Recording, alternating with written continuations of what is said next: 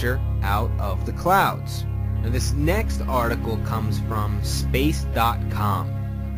U.S. military wants to own the weather. This is from October 2005. The 1-2 hurricane punch from Katrina and Wilma, along with predictions of more severe weather in the future, has scientists pondering ways to save lives, protect property, and possibly even control the weather. While efforts to tame storms have so far been clouded by failure, some researchers aren't willing to give up the fight. And even if changing the weather proves overly challenging, residents and disaster officials can do a better job planning and reacting. In fact, military officials and weather modification experts could be on the verge of joining forces to better gauge, react to, and possibly nullify future hostile forces churned out by Mother Nature. Really what they want to do is they want to be able to negate any bad weather or controlled storms that are sent in their direction. But of course you're not going to get that in the mainstream press. You're not going to get that on a reputable website like space.com, because of course the goal here is to keep the masses completely in the dark, dumbed down, and just in a state of such idiocy that they can read that China is preparing to modify the weather and see pictures of guys launching shells and artillery into the sky from cannons that look like they're from the 1950s. They can see that and understand that that technology is capable of altering the weather. They, for a second, won't even contemplate the fact that China is a military enemy of the United States, and as such is never going to reveal, especially in the mainstream press, any of its actual state-of-the-art technology. So heck, if they can take these old rockets and shoot them up into the sky and alter the weather, then what can they do with their state-of-the-art stuff, with modern technology? Well, unfortunately, the masses are sheep.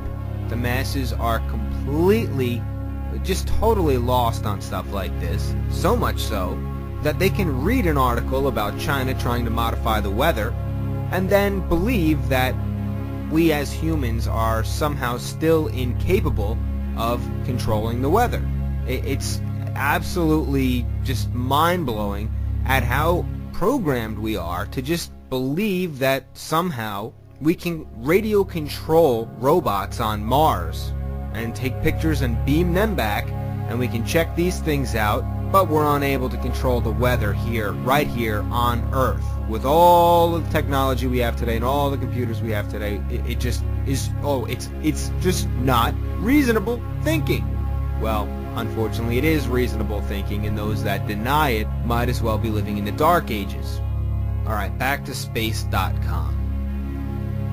Thunderbolts on demand? What would a military strategist gain in having an on switch to the weather? Clearly, it offers the ability to degrade the effectiveness of enemy forces. That could come from flooding an opponent's encampment or airfield to generating downright downpours that disrupt enemy troop comfort levels. On the flip side, sparking a drought that cuts off fresh water can stir up morale problems for war-fighting foes.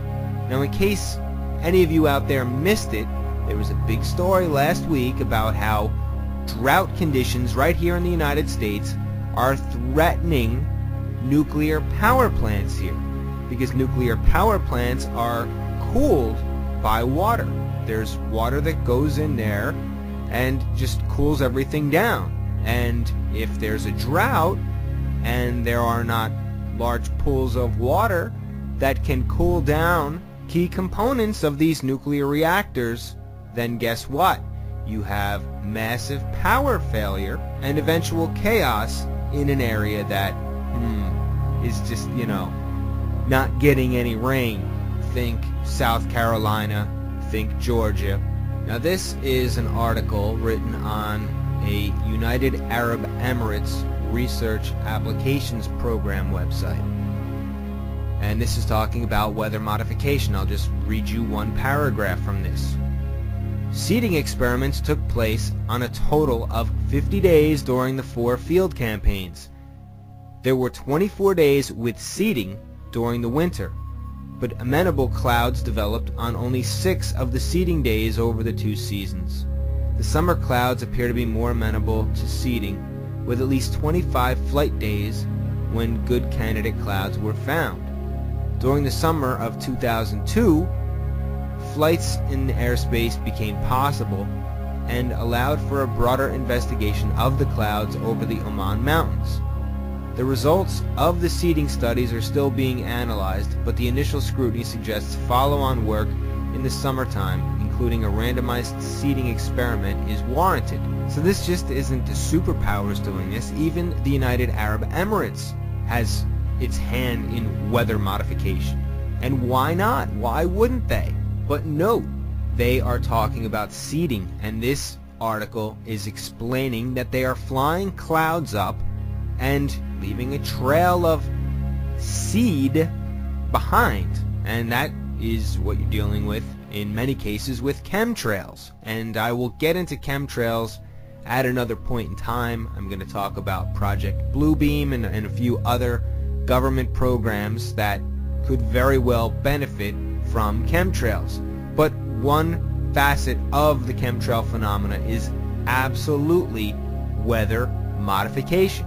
You know, back in the United States, we had a patent that was filed in 1985, January 10th of 1985, by Bernard J. Eastland. And this patent went on to become what is now today known as HAARP. And this patent was filed as a method and apparatus for altering a region in the Earth's atmosphere, ionosphere, and/or magnetosphere. A method and apparatus for altering at least one of the selected regions, which normally exists above the Earth's surface. The essence of it is shooting a very, very high-powered energy beam up into the ionosphere, superheating it and altering weather patterns that way. No, I'm not just saying that. It is a well-known fact and very simply researched that the Eastman patent did go on to become HAARP. So I will now read to you from the actual patent. This is United States patent number 4,686,605. This invention has a phenomenal variety of possible ramifications and potential future developments. As alluded to earlier, missile or aircraft destruction, deflection, or confusion could result, particularly when relativistic particles are employed. Also, large regions of the atmosphere could be lifted to an unexpectedly high altitude so that missiles encounter unexpected and unplanned drag forces with resultant destruction or deflection of same. So this is talking about pushing the ionosphere up way further than it even belongs. Weather modification is possible by, for example, altering upper atmospheric wind patterns or altering solar absorption patterns by constructing one or more plumes of atmospheric particles which will act as a lens or focusing device. So we're talking about weather modification on a grand and high-tech scale here. And it is a well-known fact that the United States military brought Mr. Eastland on board, and together they developed HAARP, which is in Alaska. For those that don't know about HAARP, and I'm sure most of you do, it is spelled H-A-R-P. Just go to Google and look it up. Just last week in California,